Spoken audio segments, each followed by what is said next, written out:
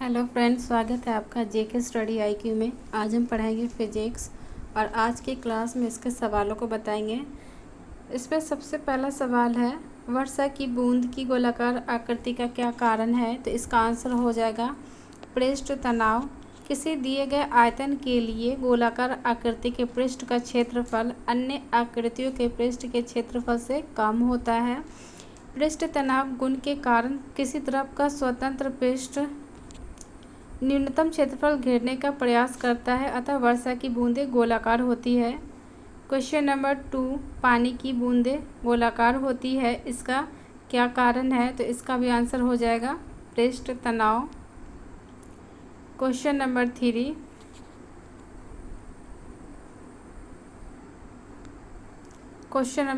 है वर्षा की बूंदें गोलाकार होती है क्योंकि जल में पृष्ठ तनाव होता है। क्वेश्चन नंबर 4, द्रव बूंद की संकुचित होकर न्यूनतम क्षेत्र घेरने की प्रवृत्ति का कारण होता है, तो इसका भी आंसर हो जाएगा पृष्ठ तनाव। क्वेश्चन नंबर 5, नैनो द्रव्यों का सर्वाधिक महत्वपूर्ण गुण होता है घर्षण। क्वेश्चन नंबर 6, तेल जल के तल पर फैल जाता है क्योंकि तेल का तल तनाव पानी से कम होता है। तेल का पृष्ठ या तल तनाव पानी की अपेक्षा कम होता है, जल के तल पर फैल जाने के कारण है। क्वेश्चन नंबर 7, मिट्टी का तेल पानी के ऊपर इसलिए तैरता है क्योंकि उसका घनत्व पानी के घनत्व से कम होता है। मिट्टी के तेल का घनत्व पानी के घनत्व से कम होता है, इसलिए यह पानी पर तैरता है। क्वेश्चन नंबर 8, साबुन के बुलबुले के अंदर का दाब वायुमंडलीय दाब से अधिक होता है। साबुन के घोल के बुलबुले बड़े इसलिए होते हैं क्योंकि जल में साबुन घुलने पर उसका पृष्ठ तनाव कम हो जाता है। बुलबुले के अंदर का दाब सदैव बाहर के वायुमंडलीय दाब से अधिक होता है। क्वेश्चन नंबर 9, यदि साबुन के दो विभिन्न व्यास के बुलबुले को एक नली द्वारा एक दूसरे के संपर्क में लाया जाए तो क्या घटित होगा? तो इसका आंसर होगा छोटा बुलबुला और छोटा व बड़ा बुलबुला और बड़ा हो जाएगा। किसी बुलबुले का आकार उसमें भरी गैस के दबाव तथा पानी की फिल्म की त्रिज्या तथा मोटाई पर निर्भर करता है। छोटे बुलबुले में गैस का दबाव बड़े बुलबुले की अपेक्षा अधिक होता है, अतः नली में एक दूसरे के संपर्क में लाए जाने से छोटा हो जाता है, जबकि बड़ा बुलबुला और बड़ा हो जाता है। क्वेश्चन नंबर 10, जब किसी साबुन के बुलबुले को आवेशित किया जाता है तो निम्न में से क्या घटित होता है? तो इसका हो जाएगा त्रिज्या जो उसका होता है बढ़ जाता है। बुलबुले को आवेशित किए जाने पर यह फैलेगा और त्रिज्या उसका बढ़ जाएगा। क्वेश्चन नंबर 11, एक ही पदार्थ से बने 4 तार जिनकी विमाएं नीचे दी गई है अलग अलग बार एक ही भार से खींचे जाते हैं, उनमें से किस एक में अधिक दैर्घ्य वृद्धि होगी? तो इसका आंसर हो जाएगा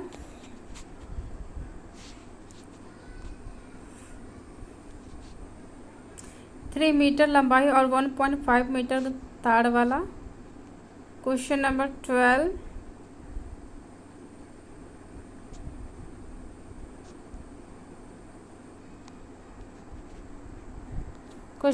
12, है, यदि केशिकत्व की परिघटना नहीं होती तो इसके बाद ये बता रहा है, उसके बाद सही इसमें से चुन के बताना है। तो कोई मृदु पेय का उपयोग करने के लिए स्ट्रो का प्रयोग नहीं कर पाता। तीसरा है, यह स्याही शोक पात्र पर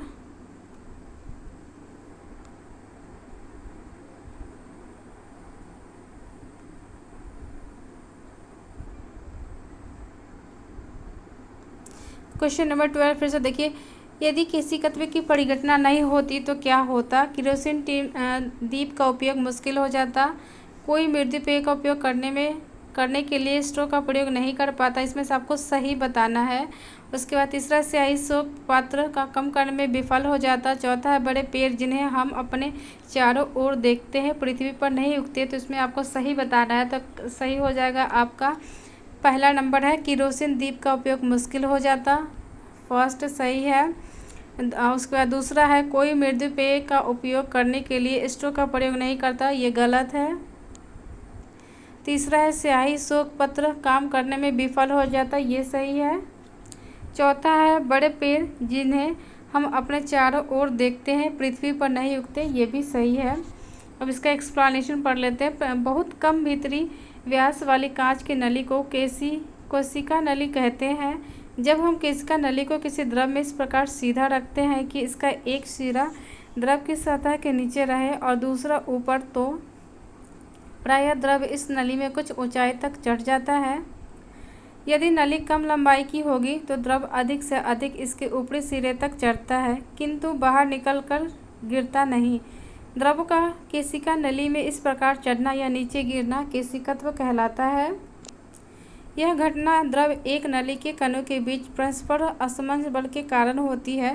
प्रकृति केशिका क्रिया का बहुत बढ़िया उपयोग करती है। पेड़ पौधे की जड़ों की बारीक शाखाएं केशिका नलियों की भांति कार्य करके धरती से पानी एक उसमें घुले पोषक तत्वों को ग्रहण करती है। केशिका क्रिया के फलस्वरूप ही लालटेन की बत्ती की तेल ऊपर की ओर चढ़ती है। ब्लाइटिंग के पेन की जो स्याही होती है वो भी सूखती है। और तिलिया हमारे शरीर का पानी। केशिका क्रिया में द्रव बिना किसी बाह्य बल की मदद से गुरुत्वाकर्षण से विपरीत दिशा में संकीर्ण नली में चढ़ता है, जबकि स्ट्रो द्वारा मृदु पेय का उपयोग करने में मुख्य द्वार की सहायता से बाह्य बल आरोपित किया जाता है। इसलिए सेकेंड नंबर गलत है, बाकी का जो 3 है वह सही है। उसके बाद है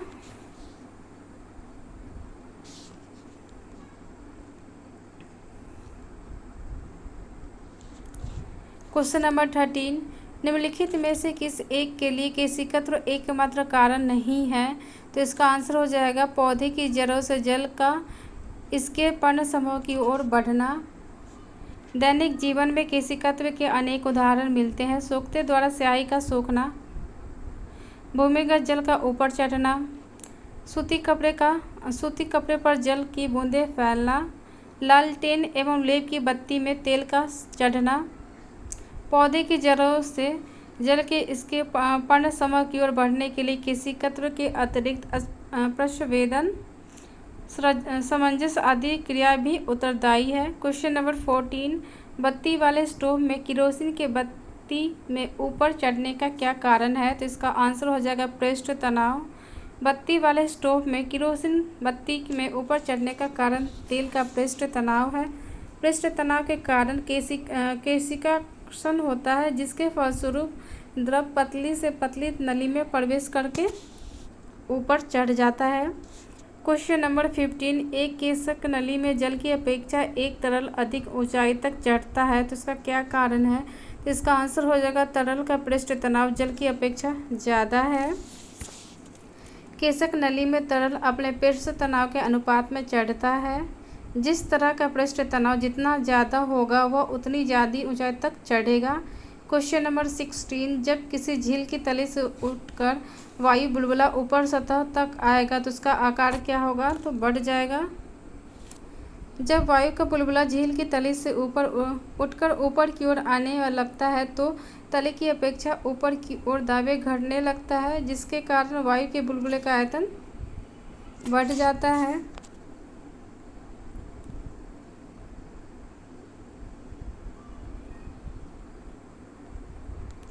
क्वेश्चन नंबर 17। ताप बढ़ने के साथ द्रव की श्यानता क्या होती है? तो घटती है। द्रव का गुण जिसके कारण द्रव अपने विभिन्न परतों में होने वाली सापेक्ष गति का विरोध करता है श्यानता कहलाता है। द्रवों की श्यानता ताप के बढ़ने पर घट जाती है। यही कारण है कि जून माह में सीरा जो जनवरी माह की तुलना में कम श्यानता होता है। Question number 18। सबसे ज़्यादा श्यानता होती है शहद में। ये क्वेश्चन कई बार पूछा है बीपीएससी में। उसके बाद किसकी श्यानता कितनी होती है वो यहाँ पे बता दिया। तरल का तो हो जाएगा तरल ताप और श्यानता। जल का होता है 20 और उसके बाद रक्त का होता है 37। श्यानता भी बताया और ताप भी बताया है, कितनी बार एग्जाम में पूछा गया ये। उसके बाद रक्त का हो जाएगा 17, ताप और श्यानता हो जाएगा 2.7। मशीन के तेल का होता है 16 और श्यानता 113। ग्लिसरीन 20 और श्यानता 830। शहद शहद का तो पहले ही बता दिया है। उसके बाद है वायु, वायु का होता है 0 और 0.017। क्वेश्चन नंबर 19, हवाई जहाज़ से यात्रा करते समय पेन से स्याही निकलने लगती है क्योंकि वायु दाब में कमी के कारण। अधिक ऊंचाई पर जाने पर द्रव क्रमशः कम होता है, इस कारण ऊंचाई पर पहुंचने पर बाह्य वायुमंडलीय दाब एवं पेन के अंदर स्याही के दाब का समय भंग हो जाता है। पेन के अंदर स्याही का दाब अधिक होने के कारण वह बाहर की ओर निकल पड़ती है। क्वेश्चन नंबर 20,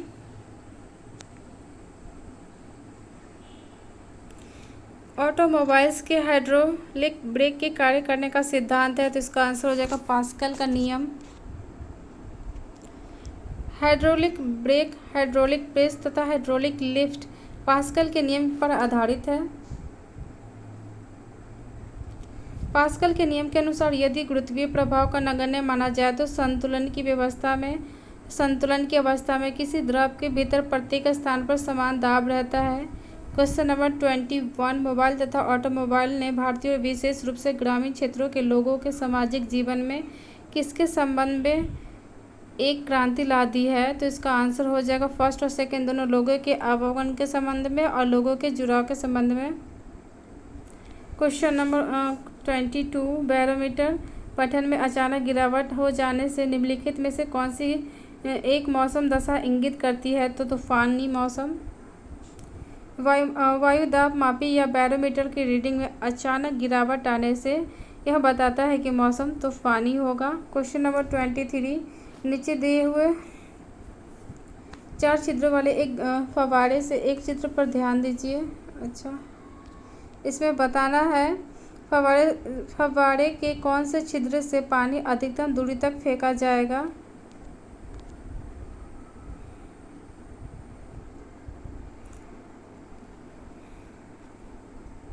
तो इसका फर्स्ट वाला ऑप्शन सही है, यानी कि ये नीचे। क्वेश्चन नंबर 24,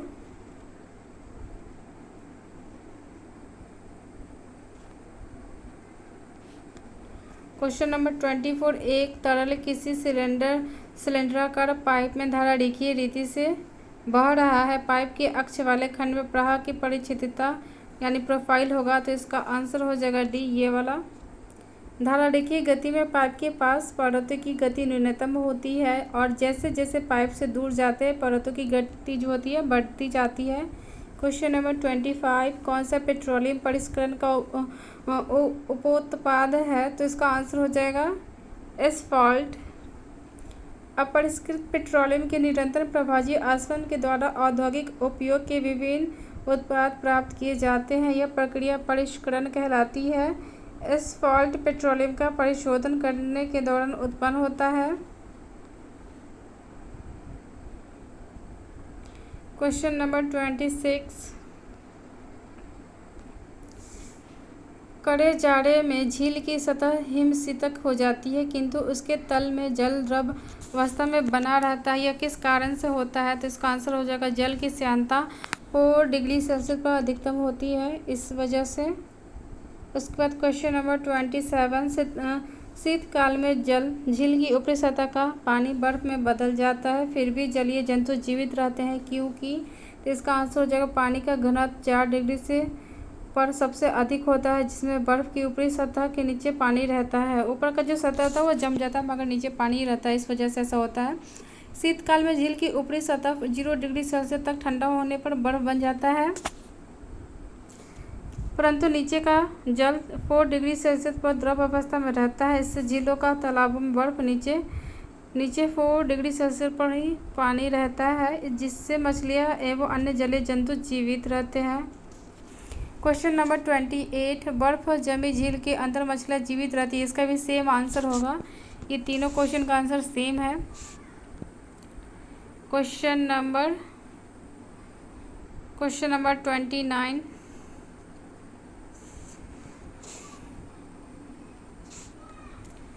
वस्तु की मात्रा बदलने पर अपरिवर्तित रहेगा, तो इसका आंसर हो जाएगा घनत्व। वस्तु का घनत्व उसके द्रव्यमान तथा आयतन के अनुपात पर निर्भर करता है। D equal to M by V. D घनत्व है, एम द्रव्यमान है, भी आयतन है। क्वेश्चन नंबर 30, पानी का अपेक्षित घनत्व सर्वाधिक निम्नलिखित ताप पर होता है, तो इसका आंसर हो जाएगा 4 डिग्री सेल्सियस।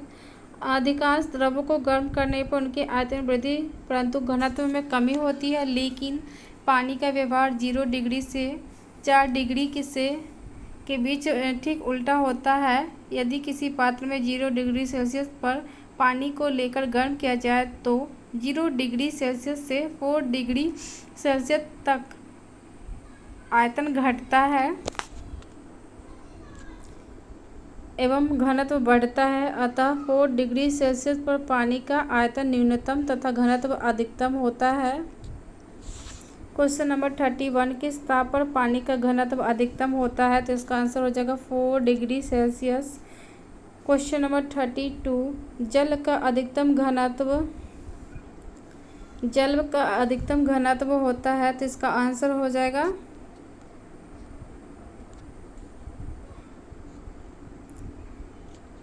277 केल्विन।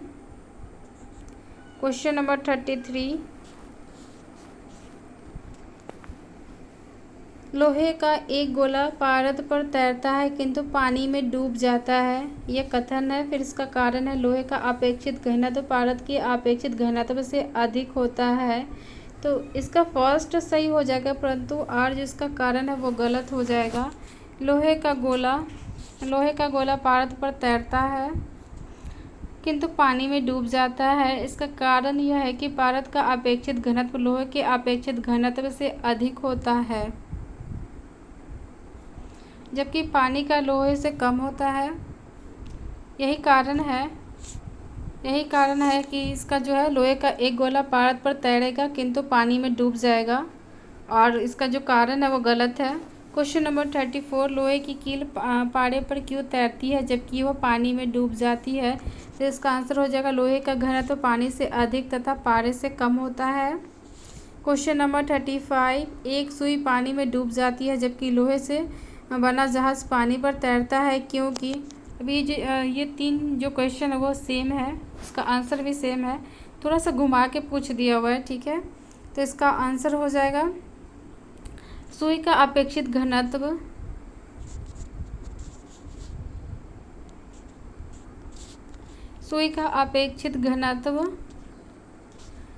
उसके द्वारा हटाए हुए पानी के अपेक्षित घनत्व से अधिक होता है। किसी वस्तु का अपेक्षित घनत्व उस वस्तु के भार तथा उस वस्तु द्वारा हटाए गए जल के भार के अनुपात को प्रदर्शित करता है।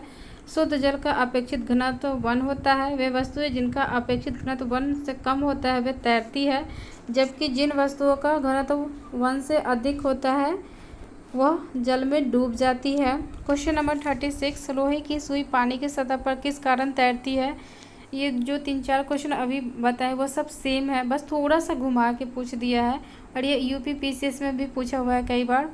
तो इसका आंसर हो जाएगा पृष्ठ तनाव के कारण पानी की ऊपरी सतह के अणुओं के सहसंजन बल के कारण उत्पन्न पृष्ठ तनाव जब सुई के गुरुत्व बल को संतुलित कर देता है तब लोहे की सुई पानी की सतह पर तैरती है।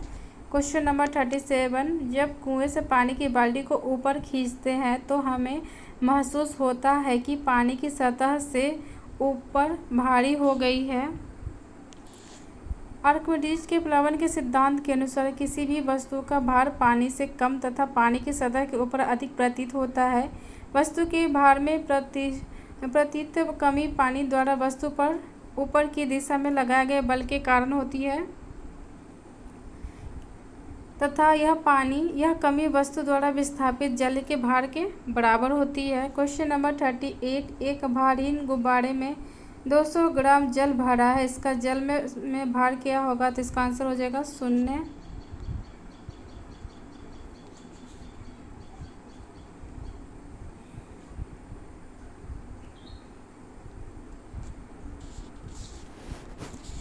जब कोई वस्तु जल में आंशिक या पूर्ण रूप से डुबाई जाती है तब उसके भार में कमी आती है। यह आभासी कमी उसके द्वारा हटाए गए द्रव के भार के बराबर होती है। अब चूंकि गुब्बारे में जल के अंदर ऊपर तथा नीचे दोनों ओर उत्प्लावन बल लगता है तब जल में गुब्बारे का भार भार माइनस उत्प्लावन बल होता है। क्वेश्चन नंबर 39, मथने के पश्चात क्रीम का दूध से पृथक हो जाने का क्या कारण है? तो इसका होगा अपकेंद्रीय बल। मथने के पश्चात क्रीम का दूध से पृथक्करण हो जाने का कारण होता है अपकेंद्रीय बल। क्वेश्चन नंबर 40, बादलों के वायुमंडल में तैरने का क्या कारण है? तो इसका हो जाएगा घनत्व। गर्मी के दिनों में वायुमंडलीय में उपस्थित जलवाष्प गर्मी पाकर गर्म होती है, जिससे जलवाष्प का घनत्व घटता है। घनत्व घटने के कारण जलवाष्प हल्की होकर ऊपर उठती है। वायुमंडल के ऊपरी भाग में दाब एवं ताप कम होने के कारण ये जलवाष्प फैलती है और पानी की छोटी छोटी बूंदों में परिवर्तित होकर तैरने लगती है। इसी को बादल कहते हैं। क्वेश्चन नंबर 41, कौन सा तत्व सबसे पहले कृत्रिम रूप से उत्पादित किया गया था? तो इसका हो जाएगा टेक्नीशियम। टेक्नीशियम एक रासायनिक तत्व है जिसका परमाणु क्रमांक 43 है। टेक्नीशियम कृत्रिम रूप से उत्पादित प्रथम तत्व है। वर्ष 1937 में इस तत्व का सर्वप्रथम निर्माण किया गया था।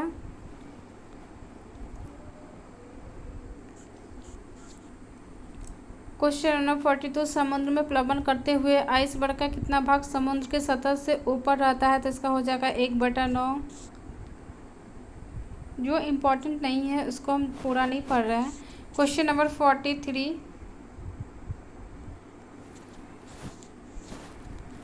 क्वेश्चन नंबर 43, पानी के एक गिलास में एक बर्फ का टुकड़ा तैर रहा है। जब बर्फ पिघलती है तो पानी के सतह पर क्या प्रभाव पड़ेगा? तो इसका आंसर हो जाएगा उतना ही रहेगा। आर्किमिडीज के अनुसार वस्तु अपने भार के बराबर ही द्रव में स्थान घेरती है, अतः आयतन में कोई परिवर्तन नहीं होगा। क्वेश्चन नंबर 44, पानी के 4 डिग्री सेल्सियस पर शरीर तैरता है। यह तापमान 100 डिग्री से हो जाए तो क्या होगा? तो इसका आंसर हो जाएगा शरीर डूब जाएगा। द्रवों को गर्म करने पर उनके आयतन में वृद्धि परंतु घनत्व में कमी होती है। 4 डिग्री सेंटीग्रेड पर शरीर पानी में तैरता है क्योंकि शरीर का घनत्व 4 डिग्री सेंटीग्रेड जल के घनत्व से कम होता है। जब तापमान 100 डिग्री सेंटीग्रेड हो जाएगा तो पानी का घनत्व शरीर की अपेक्षा कम हो जाएगा और शरीर डूब जाएगा। क्वेश्चन नंबर 45, समुद्र में नदी की अपेक्षा तैरना आसान होता है क्योंकि समुद्र जल नमकीन होता है।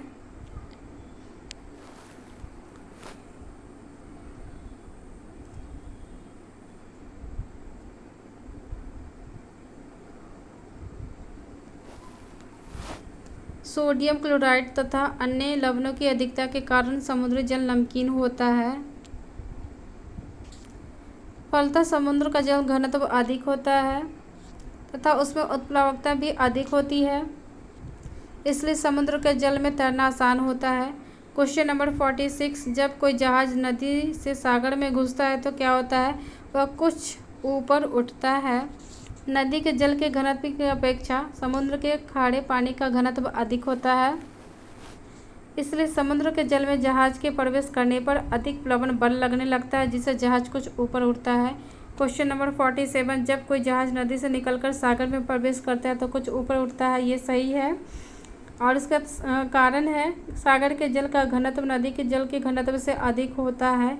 तो दोनों सही है और इसका सही व्याख्या भी कर रहा है। क्वेश्चन नंबर 48, स्थित विज्ञान निम्नलिखित में से किससे संबंधित है? तो इसका आंसर हो जाएगा विश्राम की स्थिति से। स्थित विज्ञान यानी स्टैटिक्स यांत्रिकी वह शाखा है जो विश्राम की स्थिति से संबंधित है।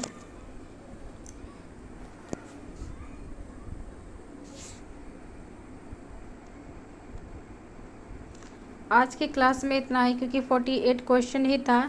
इस वीडियो को 2-3 बार ज़रूर देखें, याद हो जाएगा। साइंस कहीं भी किसी भी एग्ज़ाम में पूछा जाता है तो उसमें इस बुक से ज़रूर सवाल आता है। तो आज के लिए इतना ही। Thank you class.